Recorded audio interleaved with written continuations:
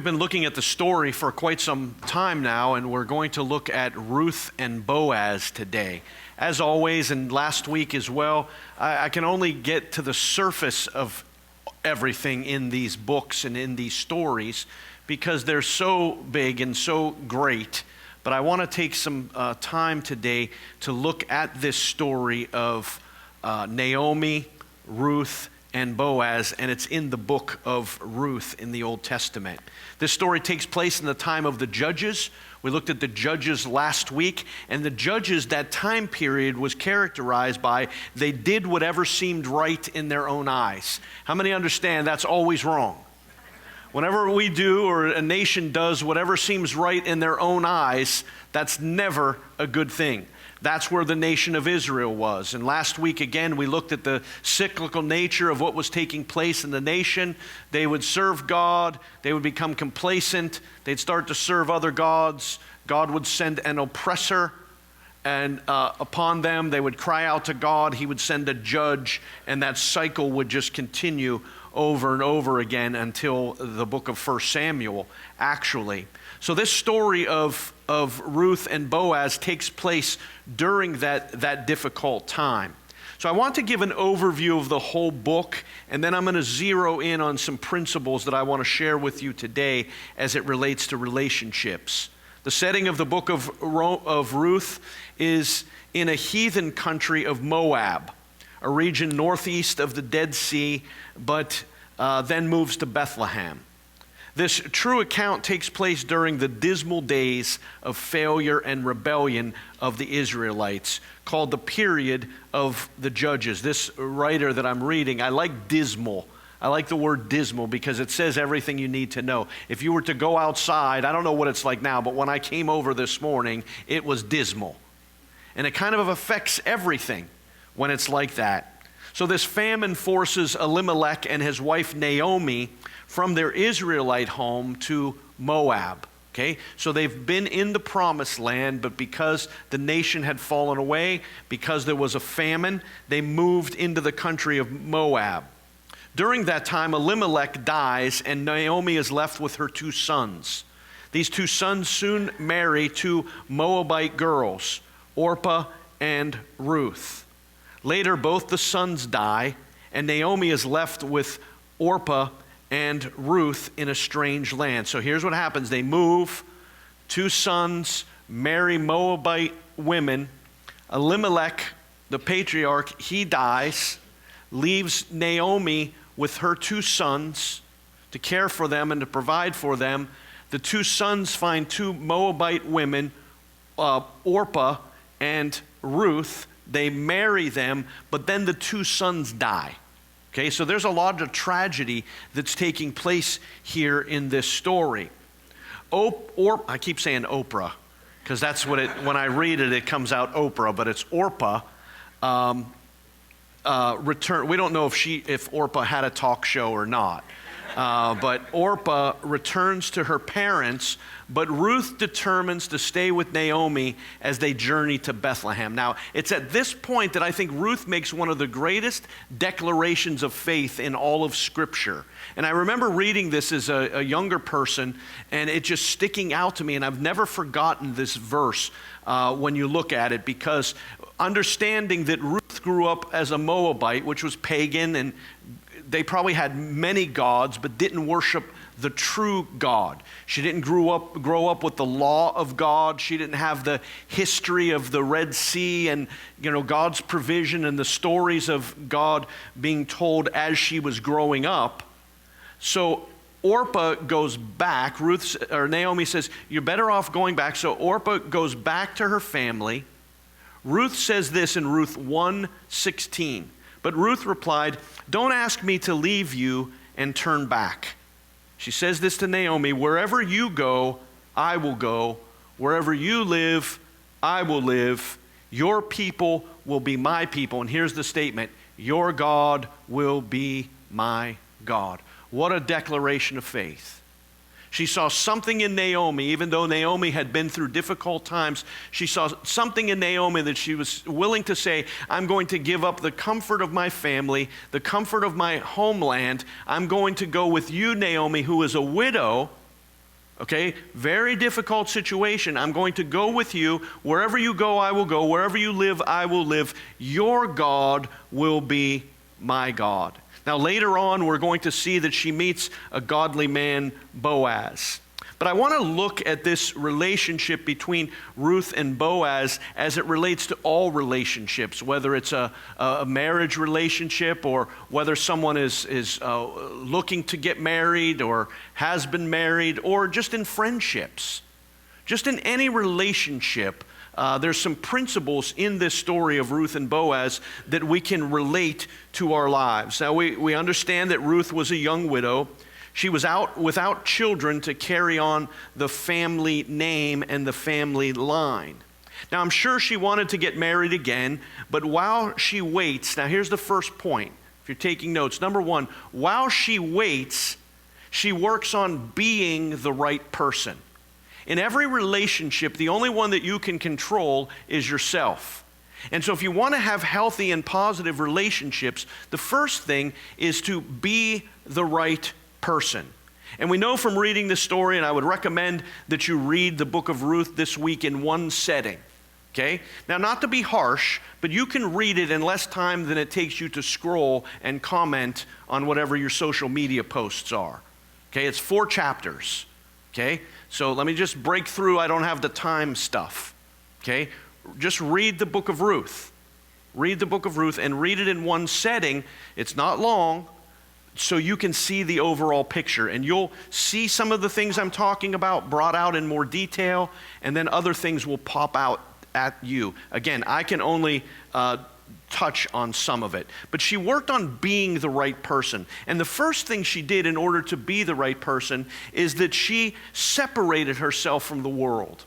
Now, in the Bible, the world represents the ungodly values and characteristics and actions and attitudes. And then the church represents the godly aspect of what God would want us to be. So there's this battle between the church, which is all of us, and individuals against the things of the world. She had every opportunity, based on what had happened to her, to go back into the things of the world, to give up on God, to say, this God, Naomi, that you're worshiping hasn't worked out too well for you. You lost your husband and you lost your 2 sons. Your other daughter-in-law went back. It hasn't worked for you. But she made a decision that she wasn't going to do that. In order to be the right person, she separated herself from the things of the world. She didn't go back to where she was comfortable, but she moved forward, believing that this God that was new to her had a plan and a purpose for her life. And so the first thing she did was separate from the things of the world and said, I'm going to serve and follow this God, this one true God. I'm going to serve and follow the God, the law-giving God, which has already been established in Exodus and Numbers and Deuteronomy. To be the right person that God would want us to be, we must separate our things from the world.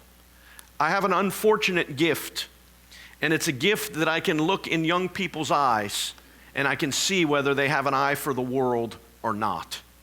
And I'm very rarely wrong, because I can see in them, not so well with adults because we learn to hide it better. I can see the look of the world in their eyes where they're mesmerized by the things of the world and they're bored by the things of the church. And it breaks my heart, and I pray for them.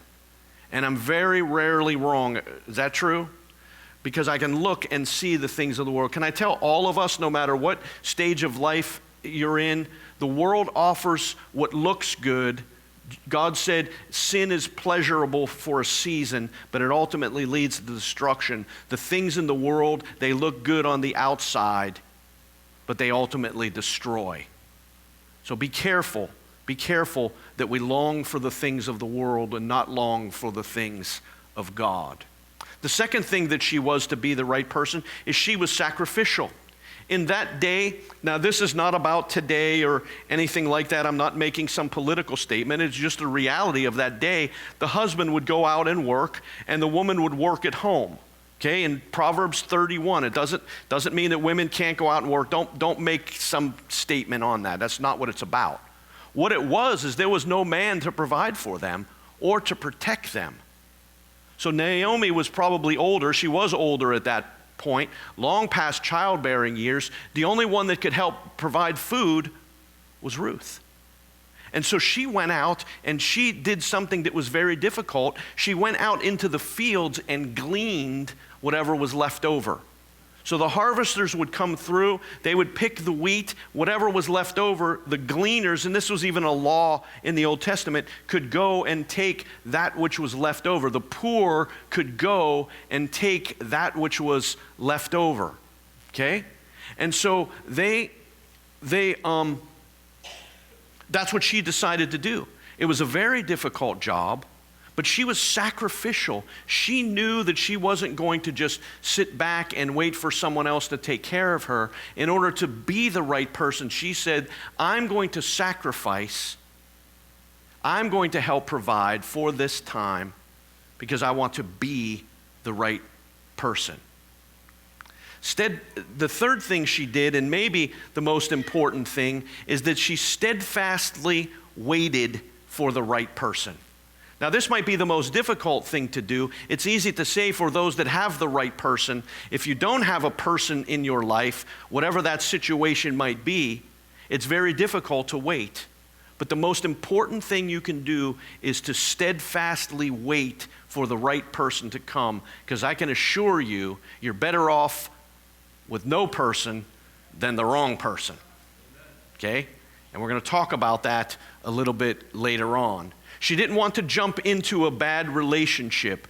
God led her to a field, and the man, watch this, God led her to that field because God already had a purpose and a plan, and now that she surrendered to him, now that she separated from the world, surrendered to the one true God, God was now leading her and guiding her, and out of all the places they could have gone, he led her to Boaz's field, because God had a higher purpose and a higher plan. The man that owned the field was a good and godly man. And again, as I emphasize, his name was Boaz, B-O-A-Z, Boaz. So number one, be the right person. Number two, find the right person. And Boaz is an example of that right person, okay? Boaz went over and said to Ruth, listen, my daughter. So this is Boaz. He owned the field. He sees her working. He says this, listen, my daughter, stay right here with us. When you gather grain, don't go to any other fields. Stay right behind the young women working in my field. See which part of the field they are harvesting and then follow them. I have warned the young men not to treat you roughly. And when you are thirsty, help yourself to the water that they have drawn from the well. Ruth fell at his feet and thanked him warmly. What have I done to deserve such kindness? She asked. I am only a foreigner. Boaz says this, yes, I know, but I also know about everything you have done for your mother-in-law. So you have separated, you have sacrificed, and you have steadfastly waited. I know everything you've done for your mother-in-law since the death of your husband. I have heard how you left your father and mother. You see, she became the right person, and it was, it was obvious to the right person. See? Your father and mother and your own land to live among complete strangers. And he says this, which was our theme verse, may the Lord, the God of Israel, under whose wings you have come to take refuge, reward you fully for what you have done. So let's look at some of the characteristics of Boaz, because he is the right person. Now again, this isn't about gender. This could be about relationships. Okay? In relationships and friendships, you want to wait for the right person. I mentioned on the online service, and I've told you this through the years before, I have 3 points of life that I've lived by since I was 16 years old. Number one is stay sweet. Never be bitter. Circumstances can be difficult. Life can be hard. Don't get bitter. Stay sweet. Number two, don't take yourself too seriously. And I live that all the time. We take the things of God seriously, but we don't take ourselves too seriously. And I learned early on in life, God doesn't need us.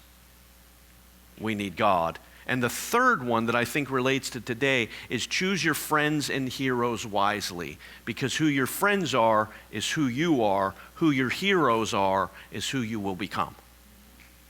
So be the right person, choose the right person. What do you look for in the right person? Okay, can I say this? Because I think most of us are church people. Let me say this to young ladies. Just because the guy comes to church does not make him a good person. He might only come to church to manipulate you. You don't know that. You have to look for more than church attendance to find out whether he's the right person. And it goes the opposite way too. It just usually works that way based on experience. Okay? Because someone calls themselves a Christian does not mean they're a Christian. Okay? There are characteristics that you have to look for that go beyond they're nice. Linda taught me not only how to eat desserts at a church function, but she taught me nice is not a character trait. Okay? And if you've ever been around, this is a little strong, if you've ever been around an addict that wants to manipulate you, they're the nicest people you'd ever want to meet. And they will nice you till you own nothing anymore. Right? You know this is true. Nice is not a character trait. Attending church is not a character trait. There are character traits that Boaz shows us that shows that he is a true man of God and that he ended up being the right person for Ruth. First of all, he was a protector. He provided physical protection. He encouraged Ruth to glean from his field, and he also said to his men, you leave her alone, or you're going to have to answer to me. We want people in our lives that will protect us, that will keep guard over us, that will help us when we're moving in the wrong direction, that they love us enough to tell us. We need people that will protect us. He provided emotional protection. He respected her boundaries. He refrained himself. He was a rich and powerful man, but refrained from anything inappropriate. That Boaz valued purity. He demonstrated an understanding of the sacredness of sex within marriage. Boaz was a protector. You want to find someone that will protect you, not just physically, but in other areas of your life, socially, spiritually, financially, a protector. Boaz was a provider and a leader. He was a provider in that he met the needs of Ruth and Naomi. He was wealthy. Now, to older ladies, I joke with them. I say this is a joke.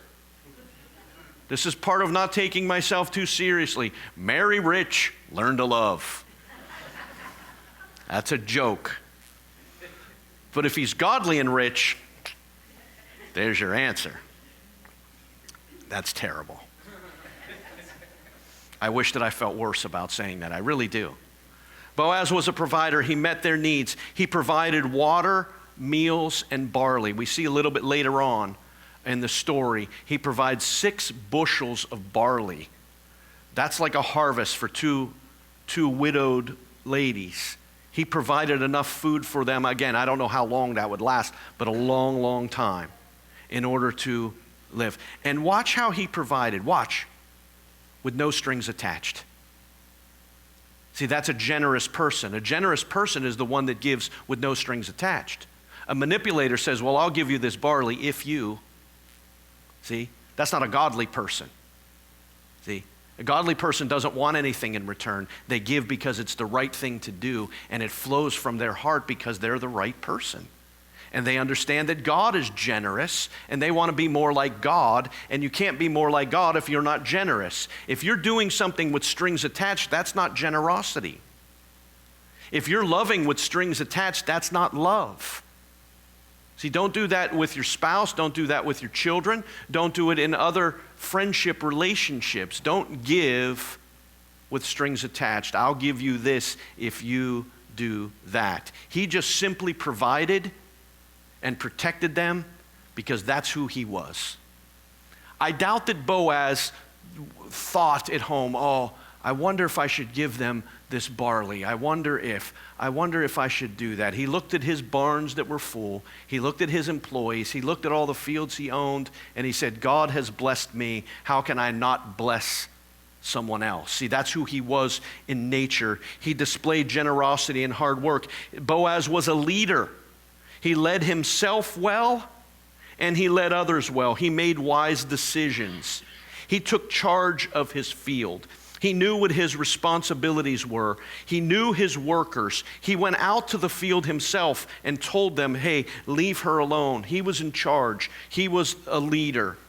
And he ensured fairness and justice. See, Boaz was a great man. She wanted to be the right person. She wanted to meet the right person. There are other characteristics that you'll see when you read Ruth. Boaz was generous. He was compassionate. He was a man of integrity. Boaz kept his commitments. Boaz was honest. See, these are character traits. This isn't nice because they want something from you. But Boaz also has cousins. And these cousins are ones you don't want to be in relationship. Boaz, B-O-A-Z, has cousins.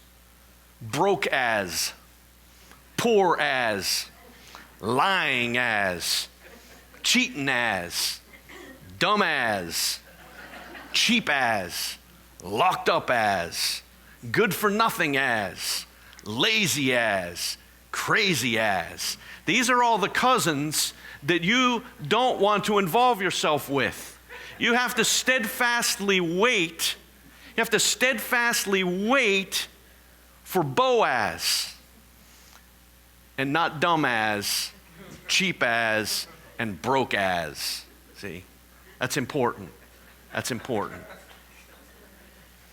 Boaz was wealthy. He was influential. He was kind. He was gentle.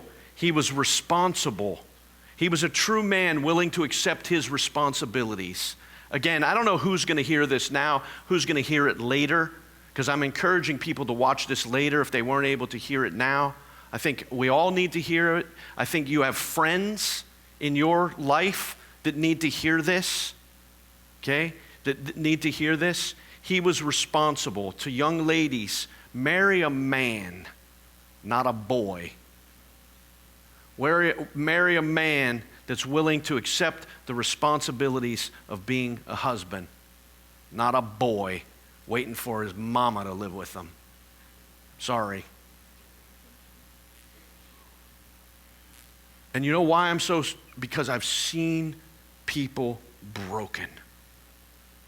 And it breaks my heart, because nothing will cause more pain than in relationships. Be the right person. Wait for the right person. He was kind. He was gentle. He was responsible. He was successful. He was generous. These are all character traits. Don't settle. Don't settle. Because when you say, I do, it's for the rest of your life. Don't settle. Okay, so we have looked at the story and the scarlet thread of Jesus throughout all of the Bible. So where does Jesus fit in to the story of Ruth and Boaz?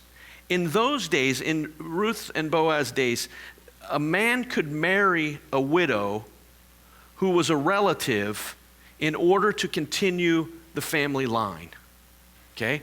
Because again, there was no laws, there was nothing to provide for the widow. The widow, a younger widow, could marry a kin person, and that kin person would accept the responsibility of protecting, providing, and reproducing.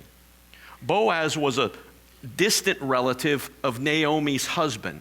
So Naomi was the mother-in-law, Ruth was the Moabite. Naomi's husband had a kin that was Boaz. So Boaz was this distant relative, so he therefore could be, watch, the kinsman redeemer for Ruth. He could be the kinsman redeemer. Now, in order to be a kinsman redeemer, there are 4 qualifications. Number 1, he had to be kin, which we already established. He had to be willing. Because he could be kin, he could have what was necessary but not be willing. He had to be willing, he had to be able to redeem or rescue, and he had to pay the full price of whatever the cost was going to be in order to be that kinsman redeemer. Boaz for Ruth did this honorably. He became the kinsman redeemer. But there's a greater kinsman redeemer, and his name is Jesus. See, we're all in a desperate place spiritually. We're all in a place where we're dead in our trespasses and sins. We're all in a place where we're lost apart from God. We're all in a place where we were separated except for Jesus. But Jesus died, rose again, redeemed us, and he rescued us from sin and death. And Jesus meets those four characteristics in that Jesus is kin to us because he left the glories of heaven, took on flesh and blood, was born as a human so that he would be a brother to us, so that he would be kin to us, so that ultimately he could rescue us. Watch, not only was he kin to us, but he was willing. See, Jesus didn't have to leave the glories of heaven. He was willing to leave the glories of heaven. Philippians chapter 2 tells us he was willing to give up everything. He didn't want to hold on to, he didn't want to grasp everything, but he was willing to give up everything. Not only was he willing, but he was able to redeem us because he was the spotless Lamb of God. No sinner could redeem us because they couldn't pay the ultimate price. Sinners needed someone that was sinless in order to redeem. We're all sinners. No one can redeem us from that other than the spotless Lamb of God, of which Jesus was. So therefore, he was able to redeem us. And not only was he kin, not only was he willing, not only was he able, but he also paid the ultimate price for our redemption and for our rescue. Titus 2:14 says, he gave his life to free us from every kind of sin. Jesus gave his life to free us from every kind of sin, to cleanse us, watch, and to make us his very own people. He is able to take a Moabite woman that wants to separate herself from the world, that wants to be sacrificial to help others, that steadfastly waits for the right person. She's the right person, then waits for the right person. He is able to orchestrate things that she grew up in Moab, years later ends up as a young widow with no children, living and caring for her mother-in-law, just happens to be in the field of a godly man named Boaz that was kin, that could marry her and redeem her so that the promised land that they had been given their inheritance would stay in the family. That's what Jesus does for us today. He came, he died, he lives, he's coming again. And so I encourage you to come to Jesus today. Wherever your hurt is, wherever your pain has come from, we have a healer. And his name is Jesus. And he said he would never leave you and never forsake you. Part of what happened with the kinsman redeemer, you have to read it in the book, is that he covers over Ruth. Jesus will cover you in his love. And he'll rescue you, he'll redeem you, he'll provide for you, and he'll protect you. And I have in my notes, but wait, there's more. Ruth had a baby to Boaz. Naomi, when she came back to Bethlehem, wanted to be called Mara, which means bitter, because she had lost so much. No children, no grandchildren, and it didn't look like she ever would. But because of the kinsman redeemer in Boaz, the neighbor woman said when Naomi was holding that baby, now at last Naomi has a son again. And they named him Obed. He became the father of Jesse and the grandfather of David, whose throne would be everlasting because the fulfillment of David was Jesus. that God is so great that he took this Moabite widowed woman that separated herself from the world, worked sacrificially, steadfastly waited for the right person, and he made her part of the lineage of the Messiah, Jesus Christ. You can look it up in Matthew. That's what God is able to do in your life. He's able to take the worst of, the most difficult of, the most painful of circumstances and transform you and transform those circumstances and situations for your good and for his glory. And you'll be able to look back on your life someday and say, how did this all happen? I couldn't do this on my own. There had to be someone watching over me. And you're here today because we have someone that's been watching over you even before you knew it, even before you knew him. And that someone that watched over you is watching over you and will watch over you into the future. She became part of the family of Jesus. And so I ask again, are you part of the family of Jesus? All you have to do is ask. All you have to do is say, will you forgive me, Lord, of all of my sins? And the answer is always yes. Can I be part of your family, God? To those that are sincere, that have repented of their sins, that want to live for him and have accepted the truth of who Jesus is, he says yes to every single person. Ruth and Boaz, a great story of being the right person, of waiting for the right person, but a greater story that Jesus is the one. He's our kinsman redeemer that redeems and rescues all that come to him. And all God's people said, Amen. Amen.